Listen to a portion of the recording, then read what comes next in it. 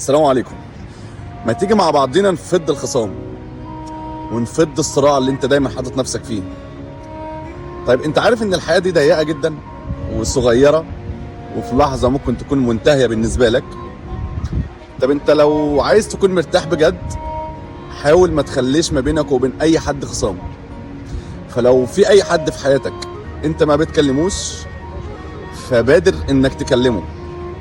لو معاك مشكلة مع والدك فصدقني والدك بيحبك جدا، ولو ما بتكلمش والدتك صدقني محدش هيدعي لك دعوة من قلبه غير والدتك.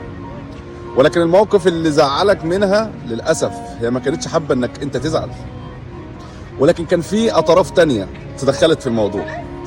ولو اختك مش بتكلمها صدقني اختك اكتر واحدة بتحبك، ولكن حياتها وزوجها وبيتها شغلينها، ولكن هي نفسها تكلمك. اخوك لو قضي لك فتره كبيره ما بتكلموش صدقني اخوك مش هتلاقي زيه، ولكن الحياه بتكون قاسيه شويه.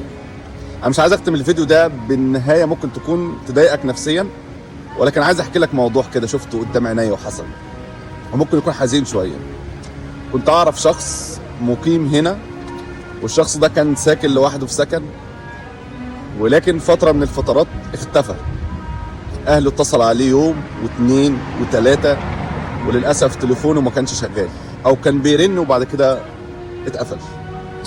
حاولوا يتواصلوا مع حد يكون قريب منه في السكن، وبالفعل تواصلوا مع حد راح له السكن، وللاسف لقى السكن بتاعه مقفول ومحدش بيرد. فالاجراءات القانونيه اللي لازم يكلموا الشرطه عشان خاطر يشوفوا الشقه دي الشخص اللي جوه فيه ايه. ولكن الصدمه كانت ان الشخص ده متوفي داخل السكن بتاعه. انا متاكد وعارف ان كلنا هننتهي وكل واحد لنا يوم وكل واحد له سبب معين هيموت بيه، ولكن الصدمه بالنسبه لي بجد ان الشخص ده كان مسافر ومتغرب وعنده طموحات كتيره ان يعمل حاجات كويسه ويتجوز ويعمل حاجات كتير نفسه فيها، وبيرتب كل يوم لحاجه جديده وبيحاول يخلص الرحله بتاعته عشان يروح لبلده ويروح لاهله، وصراع كبير جدا مع نفسه كل يوم فيه بيمر بيه. ولكن الصدمة ان توفى في مكان لوحده وعدى عليه يوم واتنين. ممكن اي حد يتحط في موقف زي ده، ولكن اللي انا عايز اقوله لك ان نسأل على بعض ونطمن على بعض حتى لو برسالة. مش شرط انك تكلم الشخص كل يوم، ولكن حتى لو برسالة اذا كان شافها فاكيد هو بخير. فنحاول نقرب من بعضنا اكتر ونسأل على بعضنا اكتر، ان صدقني صلة الرحم هتكون معاك في الدنيا وفي الاخره، بالاخص ان احنا داخلين على ايام حلوه وايام مباركه وايام عيد. فلو اي خصام ما بينك وبين اي حد فحاول تفضه وتعالى على نفسك. بادر حتى لو برساله، حتى لو الشخص ده كان مزعلك جدا، ولكن القريبين منك ما تفرطش فيهم. اي حد انت ما بتكلموش حاول تطمن عليه برساله. زوجتك في يوم من الايام كانت قاسيه مع والدتك، فبناء عليه والدتك زعلت منك. لو زوجتك اتحطت مكان والدتك هيكون رد فعلها اكتر من والدتك، ولكن هي لسه صغيره لسه ما اتحطتش في الموقف ده.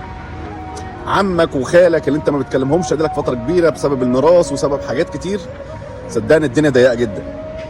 انت بتسافر وبتسيب اهلك وبتسيب ناسك وبتسيب كل اللي حواليك، وممكن وانت مسافر تنزل من اجازتك تلاقي شخص منهم اتوفى. فمش مستاهله انه يتوفى وانتوا ما بتكلموش بعض. صدقني احنا كمسافرين انت محروم من كل الناس اللي انت قريب منهم، محروم من كلامهم، من صوتهم، من شوفتك ليهم، محروم من كل حاجة. فكمان مش عايزك تتحرم انك تكلمهم او تكون غضبان منهم او يكونوا غضبانين منك. مش مستاهلة حاجة. حاول تبادر بده واعمل الدور اللي عليك حتى لو الخصام كان كبير، ولكن حاول انت انك تسامح. اللي هتقدر تسامح فيه سامح فيه، وانت متاكد انك قادر تعمل حاجات كتير. واذا كان انت متاكد انك قادر فخلاص اعفي وسامح.